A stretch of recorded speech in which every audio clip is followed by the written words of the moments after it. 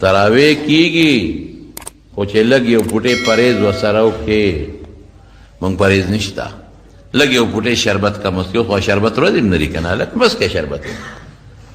بس کې شربت کم وڅښې پکوړه یو دانه دوه وخورې سیخکي یو دانه وخورې نو بیا یې تراویح کېږي په عربو کې خلک داسې کوي هلته درستخان وغوړېږي په سعودي عرب کې نو خلک دوه درې څلور کجورې وخوري او ربل ډوټۍ وخوري ورسره ګاوه چای وي د هغوی هغه وڅکي یاره قسم په خدای ډېرې خشته تراویح بیا کېږي هېڅ څوک سړی دي او دلته موږ څه چل کوو موږ د دې سپیمو ځان ډک شربت او خوراک چې ډېر وکړي نو بیا د سړي وجود کې صفرا پیدا شي د سړي وجود کې سستی پیدا شي او چې یخ خوراک دی که وجود کې سستی پیدا شي دی بیا تراوته نشي وتلی دی بیا ختم نشي کولی ختمونه پکې وکړئ صاحب د رمضان او خشته تراویح وکړئ ښکلې تراویح مزېدارې تراویح داسې تراویح نه لکه دا ډزه تلاوت چې پکې کوي خدای پورې به ټوقې خندا به نه کوو تلاوت چې کوي الحمدلله ته به یې ګنې کلاشنکوپ یې د 500,000 ګورو ډک کړی دی او ډزی یې دا خلک داسې ما سره چې څوک کښېني او خبرې را سره کوي دقسې خبرې کوي تړ او زر خبرې کوي رښتیا وایي قار راځي که نه راځي هلکه خدای ته وګوره خبرې په قلار داسې کوې لږ ورو کوه او یو سړي هوټل ته لاړ نو هوټل والا ته وایي سړي پخ کړي دي نو هغه هوټل والا خو زر در لګې کړ او تی کچک غوښه او نری غوښه او غټ ګوپي او ټیپر او بټنګن او فلان نو دی وایي وروره یو ځل یې بیا ووایه خدای شته که پې پېښ شو نو هغه ورته بیا وایي نری غوښه غټه غوښه او قورمه او پوله او پلانکې او کر نارې کړي او ته یې بهیجان خوند یې ونه که یو ځل یې بیا ووایه چې هغه ورته بیا ووایي نو دی ورته اخره کې وایي ارورې وایي داسې کار وکړه شړق دې وخوري چې څه خورمه خو لږ یې ووایه چې یو خو پکې رونیسو که نو سورت فاتحه او د قرآن آیتونو تلاوت لږ په قلار ووایه چې الله ته یو ټکي خو دې فرښتې رونیسي که نه نو موږ پکې څه ونه وایو یاره جي تراویح مړه دلته مه کوه پلانکي مولوي صاحب لزو هغه په 10 منټه کې تراویح کوي او په 20 منټه کې د هر څه نه ډز وباسي ډز استاد هر څه نه ډز وباسي دا ته منځ کې ته الله خوشحاله قسم په خدای قسم درته خورم دا قسم خوړل زه ولې خورم درته دا خو زه رښتیا ویم دروغ خو نه ویم دا قسم الله په قرآن شریف کې خوړلی واللیل والضحا چې کومه خبره څوک په چا مضبوطی نو قسم ورسره خوري قسم رسول الله مبارک خپلو صحابو ته خوړلی دی والذي نفسي بيده زما په هغه ذات قسم رسول الله مبارک فرمایي چې زما ستا د چا په اختیار کې دا کار داسې دی چې کومه خبره څوک مضبوطی او کلکۍ او رښتونې خبرې او ډېره رښتونې خبرې او سره قسم خوري الله خو رښتونې دی ولې قسم خوري پیغمبر مبارک رښتونې دی ولې قسم خوري زیره ته قسمیاً ویما چې دا کم منځ دا زر منځي او دا د منډو ترړو منځي نو چې فرشتې دا منځ اخلي الله له وړي نیکي بر الله ته خیږي الیه یصعد الکلم الطیب والعمل الصالح يرفعه نیک عمل الله ته خیږي نو چې دا منځ واخلي الله له یوسي الله وی دا مې نه دی پکار ورشه او په دا مخې ورته واپس ورغورځوه عبادت کوي او که ځان خلاصو او زه نه پوهېږم زه په دې نه پوهېږم چې ته د خپلې محلې نه هغه بلې محلې ته هغه ملا پسې دی چې هغه کلاشنکوپ ملا دی ډرډرې ملا دی نو دا په لاره یې څونه ټیم ولګېد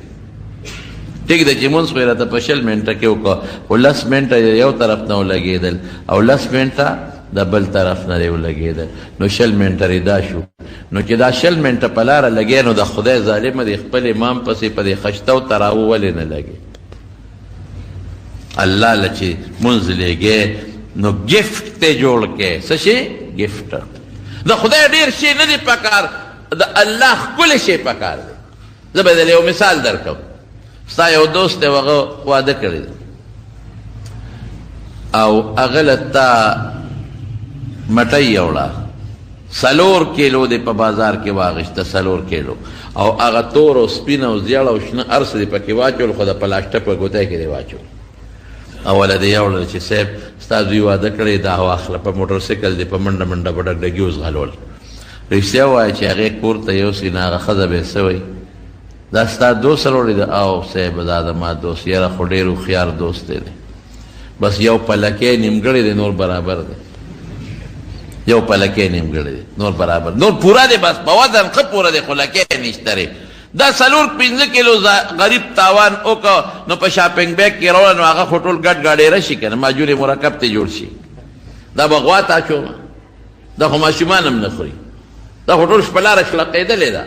دا خو میلمه ته هم نشم کېښودی، ښځو ته هم نشم کېښودی. نو رښتیا ووایه دا سړی چې دا 4 کیلو وړي ده هوښیار دی که دا قمقل دی؟ وایه قمقل. بل یو دوست دی هغه وله 1 کیلو واغېشته او په پچی کې واچوله، د مټیو پچی، او د پاسې پې ګلونه هم کېښودل، دانه روغه روغه پرته ده، پلاسټک یې هم پې چړاو کو، د پاسې پې بیا ګلونه واغېشتل او یو ویڼه. هغه ښځه له یوړه دا د مې پلانکي دوست راشه که نه، دې ته هوښیار وایي. څومره ښکلې خشته جوړه کړې ده. 4 کیلو ګډ ګاډېره بوتاوه، او دا 1 کیلو خو دانه ځان ځان له پرته ده، که اوس هغه کور والا بل چا له به ګفټ کې لېږي هم لېږلی شي، که میلمه ته اکدیم خشته مزېدار. نو دقه رنګې الله فرمایي قرآن شریف کې، الله فرمایي خلق الموت والحیات لیبلوکم ایکم احسن عملا.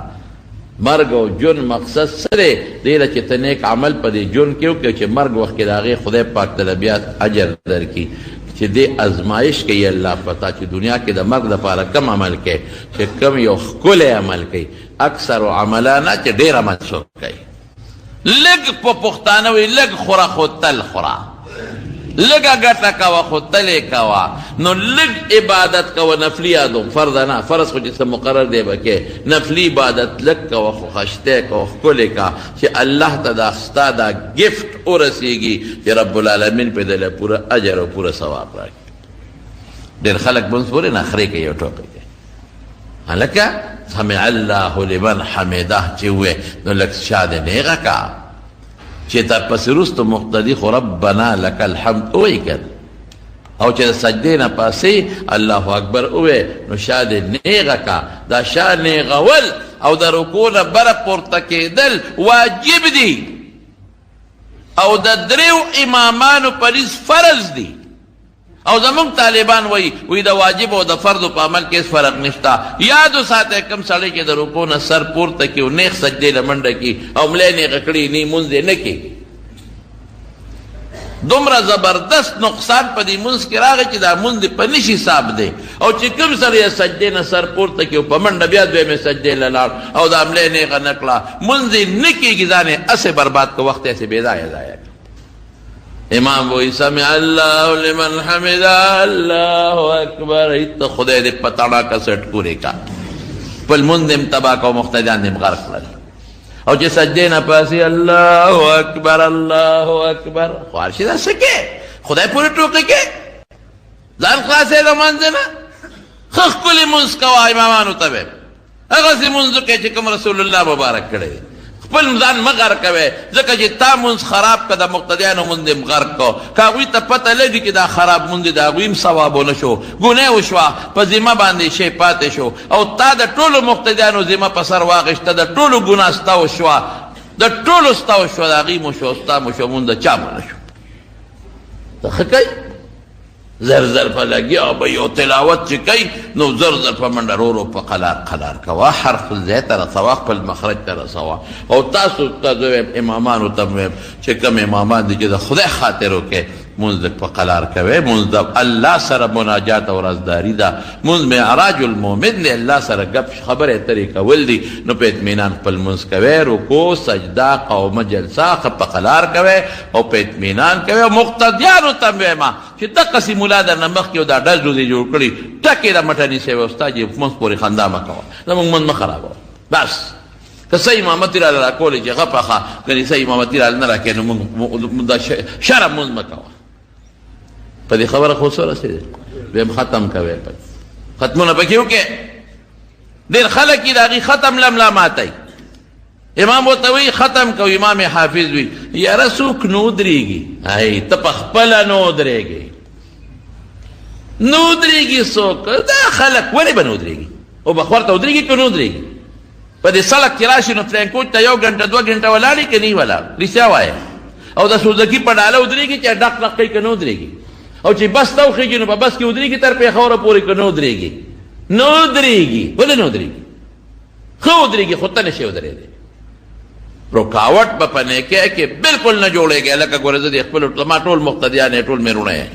او چې څوک مې بیان اوري هغه هم زما نږدې دی. ټولو ته دا خبره کوم چې که امام درته ووایي چې ختم کوئ ښه الحمدلله شکر وباسئ. ټول وایي الحمدلله.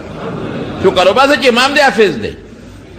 شکر وباسئ چې یو حافظ دی راغی درته ختم کوي. ها ټیک ده یاره وایي 3 شپې لږې سختې دي نه شو کولی مونږ ته یې میاشت کې ختم کړه لږ لږ. یاره میاشت کې حافظ صاحب وایي میاشت کې لږه ګرانېږي راته بل ځای کې هم کوم 15 کې ختم 10 ورځو کې ختم. خیر دی که په صحیح طریقې په 6 ورځو کې ختم دا جوړه په خپل منځ کې سره اوکې. خو رکاوټ به نه جوړېږي څوک نو درېږي. دا دې ته لټ وایي. لټ دې څه وایي؟ لټ لټ دا لټ دی. یو نوکر و د خان په کټ کې پروت و لټان خو شته. نو د خان چې وکتل چې خدای پاکه زه په کټ کې ملاست یم نو دا پلار راته ولې په کټ کې پروت دی؟ د دې خلکو بیا دا مزدور غریب بدی شي. هلکه خو چې ته د خدای بنده هم د خدای بنده. ګوره د دې حدیث په آخر کې رسول الله مبارک فرمایي وی من خفف عن مملوکی فی فیه اعتقه الله من النار. واه واه. رسول الله مبارک فرمایي چې چا خپل غلام ته خپلې وینځې په اسانتیا راوسته او کار یې پرې لږ وکړو او کم یې پرې وکړو خدای به یې څټ د اور د جهنم نه آزاد کړي. دقه رنګ یو سړي مزدور راوستی دی دیاړي مار یې راوستی سخت کار پې په روژه کې نه کوي نرم کار پې وکړي لږ کار پې وکړي. دقه رنګ ستا یو مزدور بوتل یې پټي کې پې لو کې بل څه کوي بچي غرمه د خیر دی ګنټه کم کار وکړه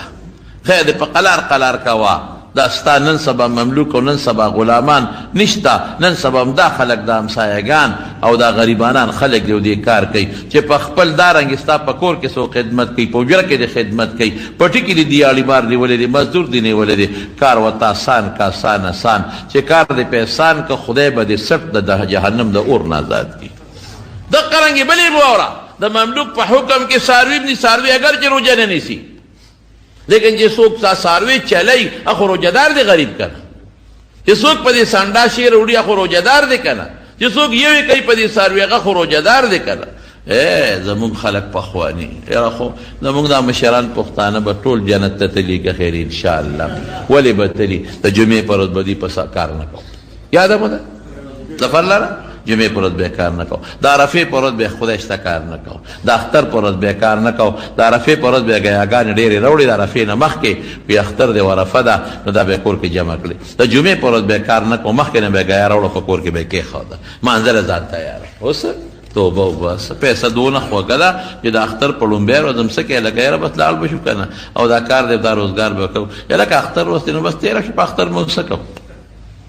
داسې مه کوئ. بعضې ورځې بعضې ټیمونه الله عبادت له پیدا کړي دي په هغې کې عبادت کوئ. نو مزدورانو سره ښه نو دا خان باندې بده ولګېده چې زه کټ ته ختلی ما او دا نوکر پلان مې ورا سره په کټ کې ملاستي وی پاس هلکه که نه یاره ما له خوب راځي که نه بس تو دې کې کارونه مې وکړل که نه وی ښه ده یو کار وکړه وی بار وګوره چې باران شته او که نشته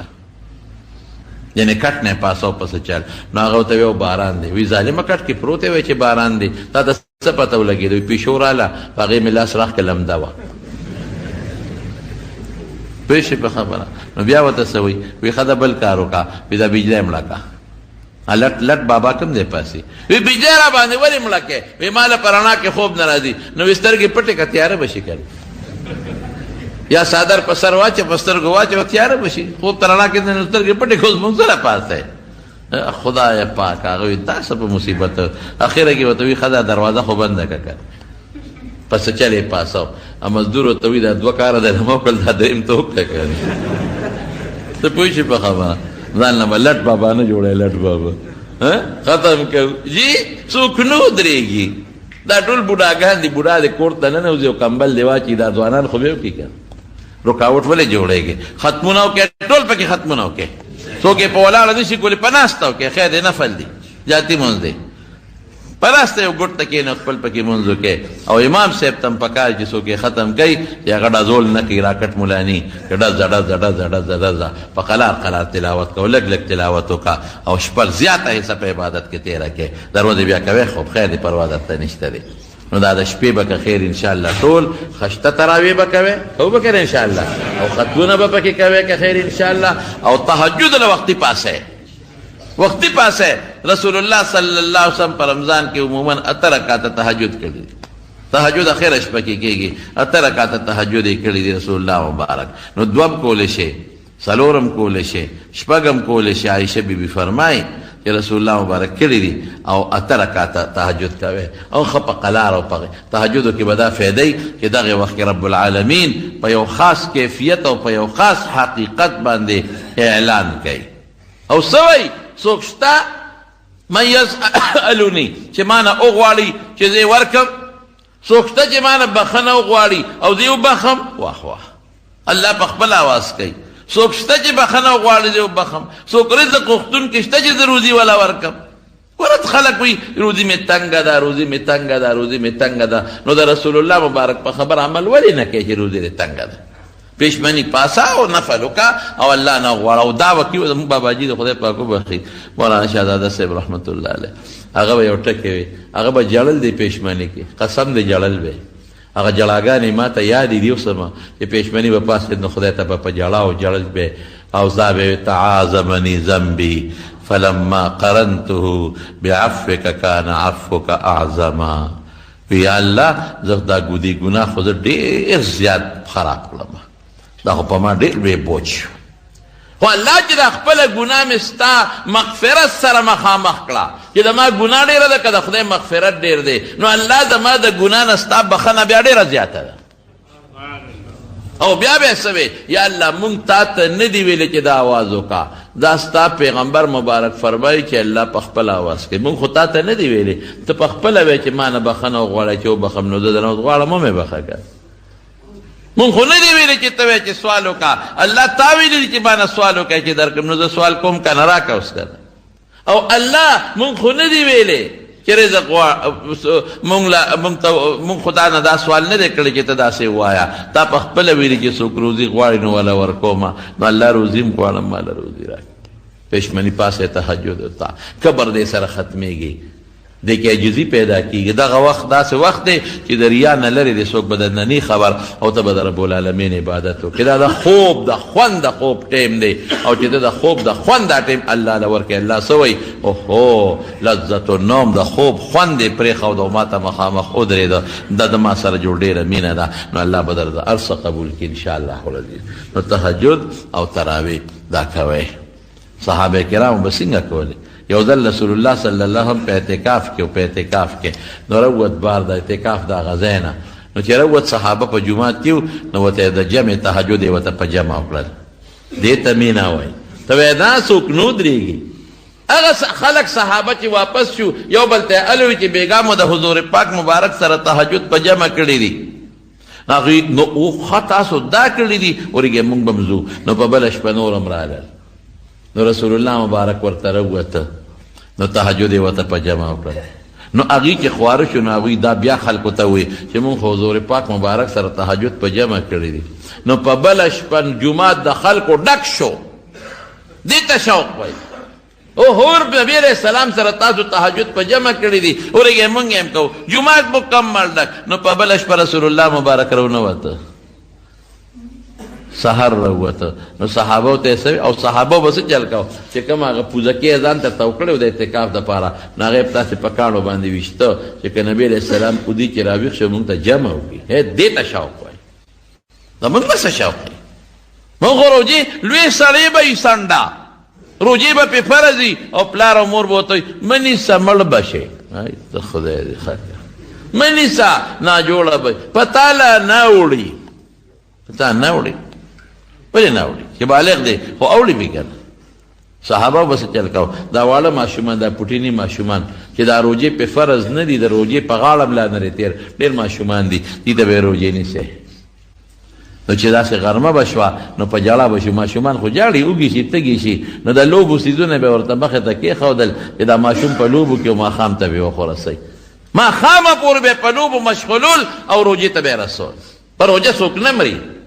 یو سړی بیمار دی هغه به راته انشاءالله که مقابله جمعه کې به راته ووایم چې چاله چې یو سړی ډاکټر دونه به راته وي چې مسلمان ډاکټر هغه مسلمان ډاکټر چې په خپله روجې نیسي ګورې هغه مسلمان ډاکټر چې په خپله روجې نیسي چې هغه درته وایي ته بیمارې روجې مه نیسه نو بیا خیر بعضې سړی د شوګر دونه خطرناک بیماري چې د هغه د شوګر لیول لاندې نه پاتې کېږي برقرار نه پاتې کېږي هغه بیا د مرګ خطرې د بېهوشۍ خطرې او ډاکټر ورته ته یې مه نیسه خیر دې ټیک ده نه دی نیسي دی به څه کوي نو بله جمعه کې به راته دې تفصیلات که خیر انشاءالله وي بعضې د شوګر بیماري او ښه روجې نه ویشي هغه وایي زه پکې نه ویشم او نیسي هم بعض د ګردو بیماری روجه نیسي پکې نه وي هېڅ تکلیف ورته نه بعض د ګردو بیماری که روجې نیسي ګردې فیل کېږي نو دې کې د عالم نه تپوس مه کوئ بس هغه ډاکټر هغه طبیب چې هغه په خپله روجې نیسي مسلمان یې هغه نه تپوس وکړئ اچرته څه وایي په هغې باندې عمل کوئ نو د مارونو خبره مې دې پورې کوله چې صحابه په خپلو بچو داسې روجې نیولې یو بله واورئ نبي کریم صلی الله علیه وسلم به صوم وصال کو صوم وصال څه ته وایي یوه هفته به پرله پسې روجه وه میانس کې به یې نه ماتوله او پېشمني به هم نه کو نن به یې روجه کړه غونډه به یو شان روانه وه یوه هفته درې ورځې اووه ورځې یو شان به روجه وه اخره کې به یې ماته کړه نه به یې ماښام ماتوله نه به یې پېشمنۍ کو نه به یې د شپې خوراک کو خوراک نسکاک نه د خواهشاتو نه به مکمل ځان ساته نو صحابو چې دې ته وکتل الله رسوله مونږ ته هم اجازت راکړه چې مونږ هم داسې چل شروع کړو وی تاسو به نه کوئ کان رسول الله صلی الله علیه وسلم هغه به صوم کو روجې به یې نیسې د وصال او صحابو به منې کړل ینهی عن الوصال صحابو ته به وی چې تاسو به نه کوئ لیکن د صحابو مینه څونه وه واوره اوس هغوی الله رسوله انک تواصلو ته چې وصال کې په مونږ یې ولې منې کې وی انما یطعمني ربي ویسقیني ماله خدای پاک خوراک او اوبه راکوي څه مطلب زما وجود کې الله پاک هغه طاقت پیدا کوي د دې درې څلور توجیحات دي د حدیثو چې زما د خوراک ضرورت نه راځي نه مې اوبو ضرورت راځي ماله خدای راکوي او تاسو به نه کوئ تاسو به روجې ماښام به خامخا به ماتوئ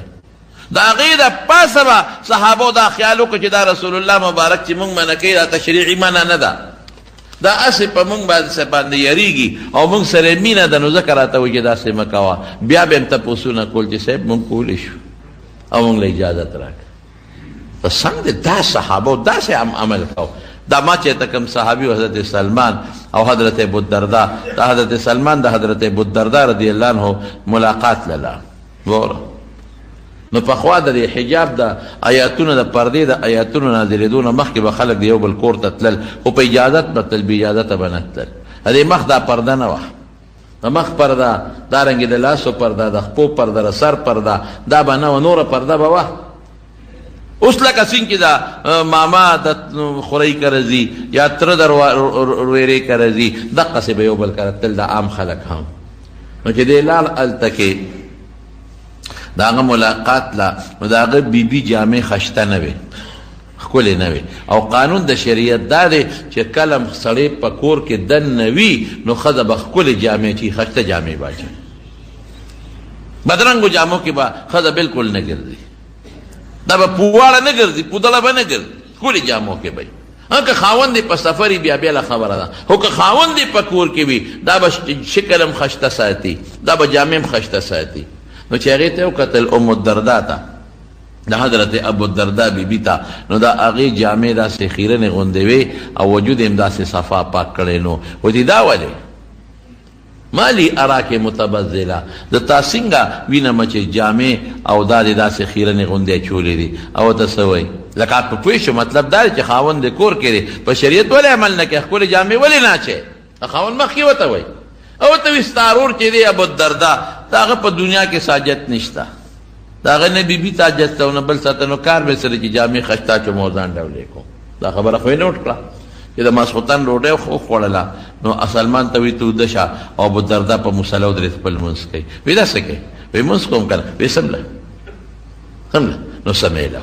چې اخیري شپه شوه را تهجدو ټیم را پیسه وایي پاسه اوس لمونځ وکړه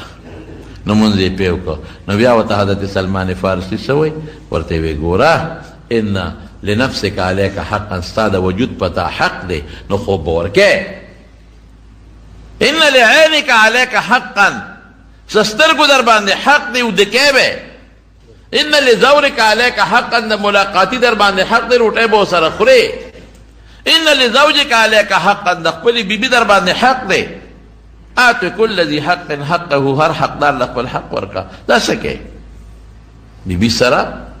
ملاویږه، دا خو شریعت ته ثواب دی پکې. د شپې خوب هم کوه، هغه به څه چل کو؟ د ورځې روژه او د شپې منځونه، د ورځې روژه او د شپې منځونه، دې ته شوق وایي. سار دواړه لاړل رسول الله صلی الله علیه وسلم لا حضور پاک ته یې الوي. هغه وی صدقه سلمان. سلمان چې څه ویلي دي بالکل یې تدرس ویلي دي. د ښځې در باندې حق دی، د شپې هغې هم ټیم ورکوه. د سترګو او د وجود در باندې حق دی نو خوب هم ورکوه. او روجي م یو شان منیسه. قسم په خدای صحابه براتل بیا راته قسمیان ویم د رسول الله صلی الله علیه وسلم به تپوس کو الله رسول مونږ په ټول عمر روجي نیسو او نیوي شوې نه به کوئ، ټول عمر به روجي نه نیسئ. بیا به صحابه وی څنګه به کوو؟ رسول الله مبارک فرمایل 2 ورځې روژه کې بلکې لاول ورته څه وایي؟ وی د عاشورې روژه نیسئ او هره میاشت کې 3 روجي نیسئ. عاشورې روژه او هره میاشت کې 3 اسلامي میاشت 14 14 15 داسې شوه لکه چې ټول عمر روجي ونیولې. وی نه صاحب نیوي شو. وی ښه د ګل هم نیسئ او د زیارت هم نیسئ، پیر جمعرات دا غیب نیسئ. وی نه صاحب زیات نیوي شو. بعضې صحابه به وی وی ښه 2 ورځې کوجه او 1 ورځ روژه. نو زیات نیوي شو. وی ښه 1 ورځ روژه او 1 ورځ کوجه. دې ته صیام داودي وی داود علیه السلام به دقسې روجې نیولې. د دې نه بهترې وی نشته. د دې د پاسه یو صحابي سوال وکړو، زه د دې نه ښې نیوي شم مال اجازت را. وی ښه د 2 ورځې روجې نیسه او 1 ورځ کوجه کوه. دې ته شوق وایي. یاد وساتئ زما وروڼو 2 خبرې درته کوم. 2 یو دا چې ستا یو معشوقي او هغه معشوق تا ته وایي په دې نور ودرېږه، رښتیا وایه ته په هغه نور ستړی کېږي؟ نه، چرې به هم نه ستړی کېږي. چې ستا د خوښې یو کار وي، د خوښې کار څه دی؟ زه دې اوس په لنډه باندې پوه کړم. دغه دی د وړو ټرک راغی او د کنټرول وړه دي 16 ساعت ورته په پلین کې ولاړې که نه؟ پاسپورټ چې جوړی 16 ساعت پلین ولاړې، شناختی کارت چې جوړی پنورم 16 ساعت ولاړې. ولې؟ او تنګېږم نه. اشي سره دې مینه ده نو مونځ سره دې مینه نشته. که مونځ سره دې مینه وه نو په شوق بیا دې مانځه ته ولاړ وې. جنت سره هسې وی ماله خدای جنت او ماله خدای جنت. مینه نشته که مینه دې وه نو شوق سره بیا مانځه ته ولاړ وې. او دویمه م وره، دویمه سره دویمه دا چې مونږ ناجوړه یو خفه کېږم. چې کوم سړی بیماري او دا خولې ترخی تبی وي نو که هغه له پیرني م ورکوي نو دا راباندې ترخه لګي. هلکه ته دا حلوا وخوره لرې که ترخه لګي، ته دا غوښه وخوره لرې که ترخه لګي. نو پیرني او حلوات خوږه ده، ترخه نه ده، خو د وجود کې فرق دی. او چې کله د تبه ښه شي او خولې برابر شي ته کېده ورته یو پلیټ حلوا ته کېده چې پته راته وسولېږي چې د اول نه اخره پورې خوري او که نه خوري. پلیټ خو ځکه چې که دې په کټوی هم راباندې شي نو زه به دله جرم درکړم. ولې؟ دې ټیک دی. نو وروڼو خفه کېږئ مه، موږ روحاني طور مریضان یو. مونځ ښکلی شی دی، قسم په خدای. تراویح ډېر ښکلی شی دی، تهجد ډېر ښکلی شی دی. ولې ښکلی دی؟ الله پې خوشحالېږي. ولې ښکلی دی؟ الله پې خوښېږي. ولې ښکلی دی؟ جنت پې حاصلېږي. لیکن مونږ ورته ناجوړه یو. خدای دې مونږه جوړ کړي. ذکر کوئ تلاوت کوئ نو جوړ بشئ. حرام مه خورئ، د حرامو نه ځان ساتئ نو جوړ بشئ انشاءالله. بیا به دا مونځ در باندې خوږ لګېږي. نو صحابه به د شپې ټول بله واوره چې د رسول الله مبارک د وفات نه پس څه چلو. د تراویح د حضرت عمر صاحب سنت رضی الله عنه یو به یو ځای کې ډله جومات مسجد نبوي کې، بل ځای مسجد نبوي کې ډله وه. هغه وی لو جماعتو هم علی قارئ واحد یره ارمان که یو قاري باندې را جمع کړم. نو حضرت ابی بن کعب ته مخکې که نو سبا څونه مونځ به کو د شپې چې وی مونږ به سلام د تراویح نه وګرځاو سلام، نو مونږ به په منډه تلو او ښځو نوکرانو ته به وي چې شا به پېشمنۍ راوړی ګنې سبا راخېږي. دې ته مونځ وایي. نو زما په دې خبر ورسېدی که نه؟ روجې به په شوق نیسي. ښه په څه؟ دا به یو قرض نه ګڼئ، په ځان به یو بوج نه ګڼئ. دا به وی چې دا تخلق باخلاق الله دی، په دې الله خوشحالېږي. او دویم بسې د شپې تراویح به که خیرې کوئ ټول او ختمونه به کوئ ټول ان شاء الله وای او تهجد به کوي که خیر ان شاء الله او چې تهجد وکړي نو بیا به په پښمنی باندې در باندې خلګي او چې څوک پاسی نه مانځل او تهجد ولا او خدای ته اله پاسه پښمنه پاسه پښمنه الته دا ها دې نه کې دا په یاره خونو قار راشي د دن په دا کولمه کې شیطان ناس دی ا شیطان ته ها باسي ته دا ته ټیپ کته دا ها دا خو داسې دی چې ټیز دی واچو نو بیا وي پاسه کنه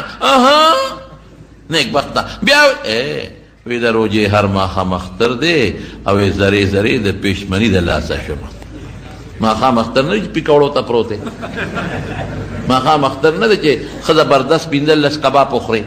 ماښام اختر نه دی چې په جیب کې ښه مضبوطه شمله یو پنځه ګیلاسه وڅښې اختر نه دی چې د روح افزا او د نورو شربتونو بنیاد دی ویسته نه په قلا خوراک اعتدال سره عبادت دا د خوراک میاشت ده زه ویم اوس بدله دا حدیث برته څه پاتې شو سبا بله جمعه کې انشاءالله ویمه خو دومره ځان پوه کې چې دا د عبادت میاشت ده زموږ پښتانه وایي د لوټ میاشت ده نو دوکانداران وایي راشه دا قوم سم لوټ کا د هغې د لوټ دا معنا کوي او بشیر جان وایي د لوټ میاشت راشه ماښام دا لوښې غون لوټ کا د لوټ دا معنا چې دا ثواب را لوټ کا او ثواب وګټه نو نن مې راته دا خبره وکړه نورې به پکې سبا درته وکړم انشاءالله چې د نفلو ثواب د چا برابر دی وایې د فرضو زما سره ګردان وکړې او د فرضو ثواب د څونه فرضو برابر د او یو فرضو او تراویح به ډرډرۍ کوو که سمې به کوو او تهجد به م انشاءالله کوو او ورسره به ختم هم کوو انشاءالله او روجې به په ځان بوج نه راولو د الله د رضا دپاره به دا ارڅ کوو ټول وایې انشاءالله الله دې موږ له توفیق راکړي او د باقي حدیث پرته انشاءالله بله جمعه ویم انشاءالله